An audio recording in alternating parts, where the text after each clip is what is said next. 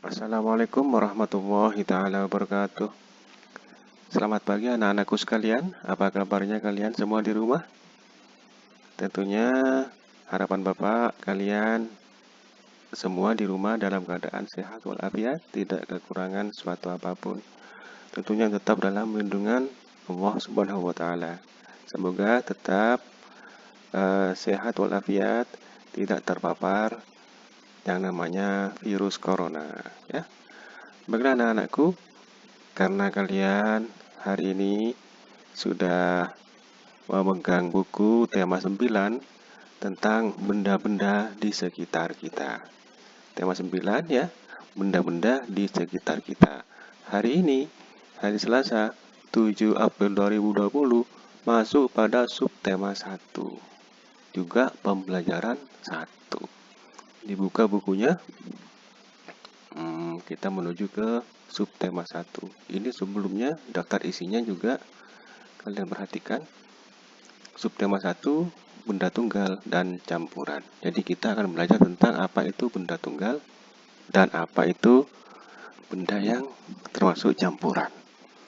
Baiklah anak-anakku, ini subtema 1, benda tunggal dan campuran. Ini ada bacaan. Hari ini ayah, ibu, dan Lani pergi ke toko elektronik. Mereka akan membeli mesin cuci baru karena mesin cucinya mungkin sudah rusak ya.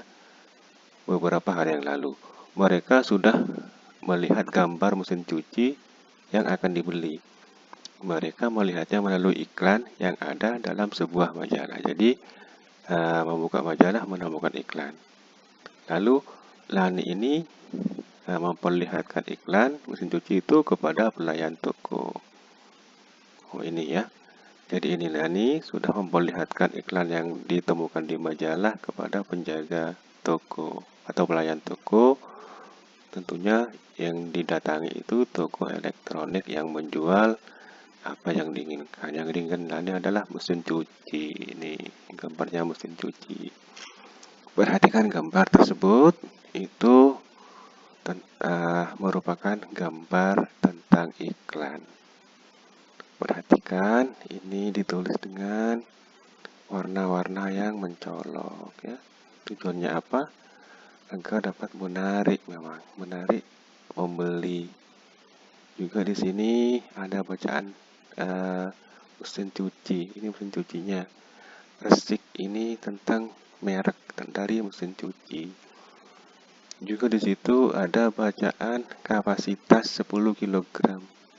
Kapasitas ini kemampuan mencuci daripada mesin yang bermerek Resik ini maksimal 10 kg. Jadi baju atau apa saja kain yang akan dicuci itu tidak melebihi kapasitasnya, tidak melebihi 10 kg. Kalau melebihi akan cepat rusak nanti, akan bermasalah ya. Tapi kalau 10 kg ini sudah termasuk bagus, sudah baik ya. Selanjutnya di bawah juga ini ada program dapat diatur sesuai kebutuhan. Programnya di situ menunya mungkin bisa mencuci bersih, mencuci kering, mencuci selimut, mencuci kain wool misalkan, atau kain yang lembut, mencuci kain yang kasar misalkan seperti katon dan lain sebagainya. Itu lengkap menu-menunya ya, atau fitur programnya. Lalu yang kedua, mampu mencuci bed cover ya. Bed cover itu selimut yang tebal itu ya, yang biasa kadang digunakan juga untuk spray. Juga di situ di bawah ada bacaan tabung stainless steel. Berarti tabung ini, alatnya yang di dalam ini terbuat dari stainless steel. Oke ya. Jadi gambar di atas merupakan iklan media cetak yang menawarkan produk mesin cuci dengan merek Resik. Iklan tersebut berisi penjelasan tentang produk dan juga kelebihan mesin cuci tersebut. Penjelasan tersebut meliputi kapasitas, tentang programnya, dan juga bahan tabung dalam mesin cuci tersebut ya. Ya, yang jelas, iklan tersebut mengajak konsumen untuk membeli mesin cuci yang bermerek Resik. Di sini juga dijelaskan, iklan adalah cara yang digunakan untuk menawarkan atau mempromosikan atau mengenalkan barang ataupun jasa. Iklan itu biasanya ada di media cetak seperti di koran dan majalah. Juga kadang ditayangkan melalui televisi dan radio yang termasuk media elektronik ya. Nah, setelah itu ada pertanyaan-pertanyaan. Kalian jawab nanti ya. Nomor 1, apakah yang dimaksud dengan iklan? Ada di situ di atas. Lalu yang kedua, dalam iklan di atas ada kapasitas, ada program, juga di sini diminta apa artinya. Iklan apa, kapasitas apa, dan juga program itu apa. Di sini iklan, kapasitas apa, program apa. Yang ketiga, kalian diminta untuk mencari kata-kata yang bagi kalian itu asing, yang baru kalian kenal. Misalkan banyak di atas tadi kan tentang ya program, apa itu program, apa itu bed cover, apa itu stainless steel, ya apa itu kapasitas. Misalkan kalian tulis di sini di bawah, sudah itu ya. Ini lagi gambar. Mungkin sudah didapat yang diinginkan mesin cucinya. Lalu Lani memasukkan, mulai mencuci sudah ya. Lani memasukkan baju-baju ini ke mesin cuci ya Bu. Berarti sudah mulai dipakai mesin cucinya. Ini sudah di bawah juga ada bacaan. Keluarga Lani sudah mendapatkan mesin cuci baru sesuai yang diinginkannya. Lani tidak sabar untuk menggunakan mesin cuci tersebut. Sore harinya, Lani membantu ibu mencuci. Lani memasukkan baju ke dalam mesin cuci. Kemudian juga ibu memasukkan deterjen atau sabun. Ibu juga mengisi tabung dengan air. Tapi itu yang manual. Tapi sekarang mesin cuci itu airnya sudah setelah ditekan tombolnya langsung airnya itu masuk sendiri ya. Setelah semua siap, maka mesin cuci pun dijalankan, dihidupkan tombol untuk memulai. Setelah selesai mencuci, ibu lalu mengeluarkan selang yang tersedia pada bagian belakang mesin cuci. Lalu air yang keluar itu berubah warna. Air yang belum tercampur oleh apapun, sebaliknya air yang belum tercampur oleh apapun, sebaliknya bening ya. Air yang keluar dari selang mesin cuci tidak bening lagi karena itu sudah bercampur dengan deterjen. Jadi air sebelumnya itu kan murni, tidak bercampur ya. Tetapi setelah bercampur sabun sudah kotor ya, dari kotoran pakaian dan juga sudah bercampur dengan sabun. Air yang belum tercampur oleh apapun itu termasuk zat tunggal. Jadi tunggal itu belum tercampur, murni ya. Lalu apakah yang dimaksud dengan benda zat tunggal? Apa saja benda-benda yang ada di lingkungan kita yang termasuk benda zat tunggal? Nah, perhatikan ini. Ini perhatikan gambar benda yang termasuk dalam benda zat tunggal. Ini ceret, jangan ceretnya yang diperhatikan tapi airnya. Air ini termasuk zat tunggal. Ini ya gambarnya emas batangan. Ditulis 24 karat. Berarti ini murni, tidak tercampur. Kalau ada emas yang 22 karat, itu berarti sudah bercampur, tidak murni lagi. 23 karat misalkan, tapi campurannya kalau 23 itu sedikit lebih banyak emasnya, hanya berapa persen gitu. Berarti sudah tidak murni lagi. Tetapi kalau emas 24 karat itu sudah murni masih murni ya. Gula ini termasuk zat tunggal juga karena masih murni, asli gula. juga garam. Ini zat tunggal, contoh untuk zat tunggal. Lalu berdasarkan gambar-gambar, jawablah lagi pertanyaan-pertanyaan berikut. Apa itu yang disebut dengan zat tunggal? Ya kan? Zat tunggal itu apa? Kalian sudah tadi dijelaskan sedikit sama Bapak apa itu zat tunggal ya. Selanjutnya lagi yang kedua, kalian disuruh membawa benda-benda yang ada di sekitarmu yang mengandung zat tunggal ke sekolah. Karena kalian sekarang di rumah, ya kalian cari sendiri di rumah.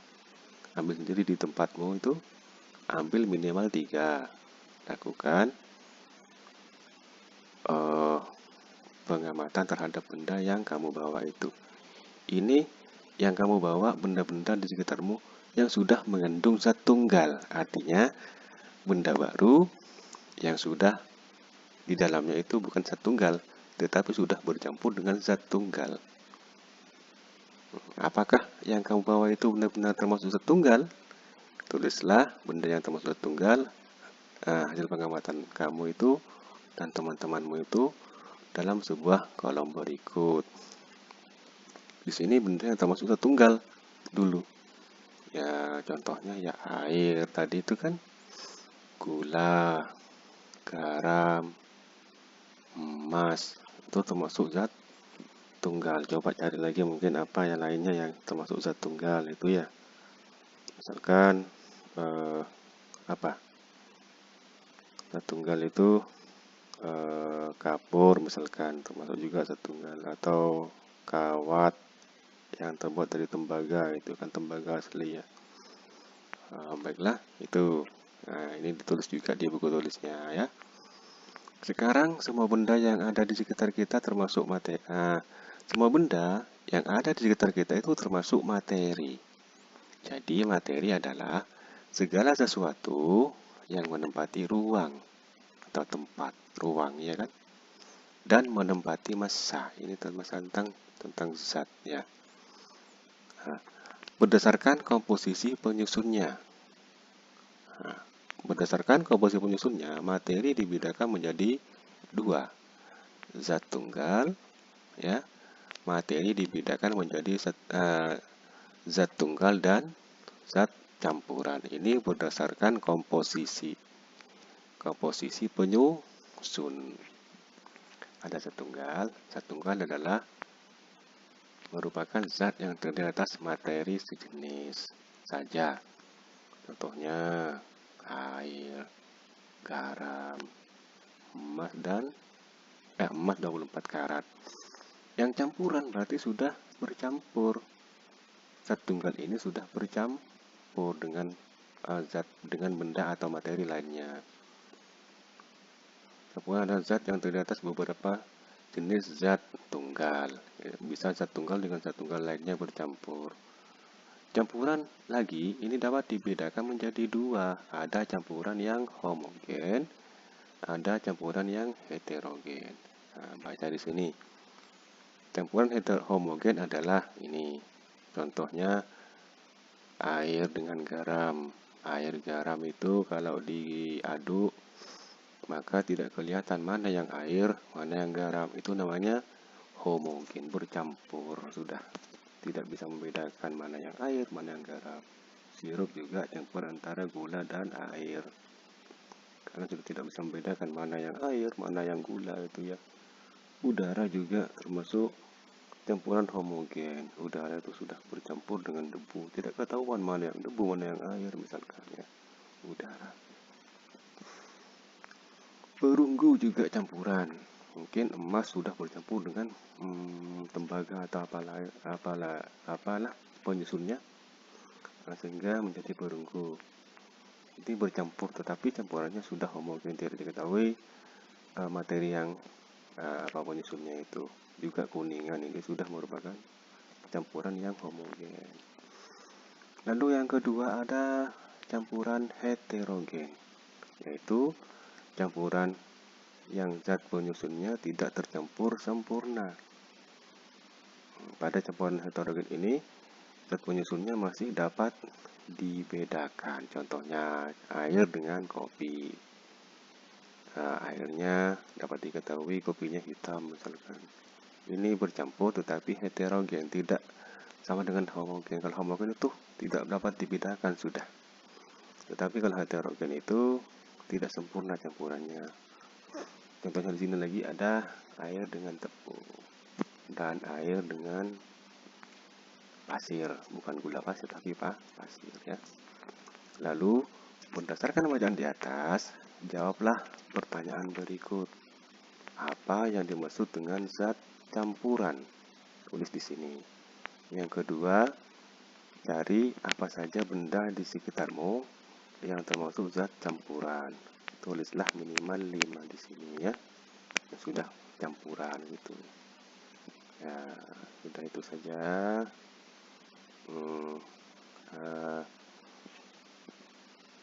Pembelajaran kita pada hari ini renungan ya. Ini juga kerjasama dengan orang tua. Amati ikan berikut. Diskusikan bersama orang tuamu mengenai hal-hal berikut ini. Di sini ada iklan bertuliskan padat gizi, kaya energi, kalsium tinggi. Di sini ada tulisan susu, bergambar sapi, berarti susu sapi ya. Diskusikan bersama orang tuamu mengenai hal-hal berikut. Barang apa yang ditawarkan dalam iklan tersebut? Informasi apa saja yang dapat kamu peroleh dari iklan tersebut? Apa informasinya di sini? Lalu benda yang ditawarkan dalam iklan tersebut. Nah, iklan termasuk zat tunggal atau campuran. Ini termasuk zat tunggal atau campuran ya. Sudah itu saja pertemuan pada hari ini. Lalu kalian kerjakan pertanyaan-pertanyaan yang sudah ada, yang sudah Bapak jelaskan tadi ya. Lihat sendiri di sini halaman berapa itu, kalian buka, tulis di buku tulisnya. Jangan lupa nanti kalau sudah mengerjakan di foto dan juga dikirim japri ke Bapak. Jangan di grup biar tidak dicontoh teman kalian yang lain atau disalin teman kalian yang lain. Demikian saja saya akhiri pertemuan hari ini. Wabillahi taufiq wal hidayah. Wassalamualaikum warahmatullahi taala wabarakatuh.